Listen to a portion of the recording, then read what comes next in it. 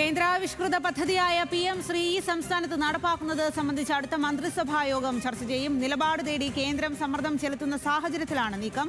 Hans John വിവരങ്ങളുമായി ചേരുകയാണ്. Hans, ഇക്കാര്യത്തിൽ കേന്ദ്ര സർക്കാർ വലിയ തരത്തിൽ സമ്മർദ്ദം ചെലുത്തുന്നുണ്ട്.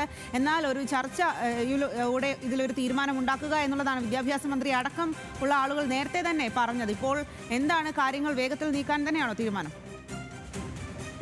അതെ സ്വാതി, ഇടത് സർക്കാർ ഭരണത്തിലുണ്ടായിരുന്ന സമയത്ത് കഴിഞ്ഞ വർഷമാണ് PM ശ്രീ പദ്ധതിയിൽ ഒപ്പിടുന്നത്.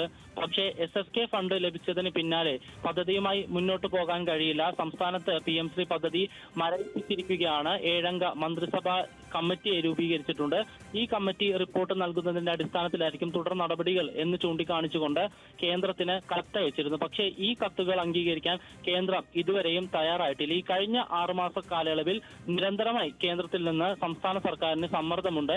PM ശ്രീ പദ്ധതിയിൽ എന്താണ് നിലപാട്, PM ശ്രീ പദ്ധതി സംസ്ഥാനത്ത് നടപ്പിലാക്കണം എന്ന ആവശ്യങ്ങൾ ചൂണ്ടിക്കാണിച്ചുകൊണ്ടാണ് കേന്ദ്രത്തിന്റെ ഭാഗത്തുനിന്ന് നിരന്തരമായി സമ്മർദ്ദം ഉണ്ടാകുന്നത്.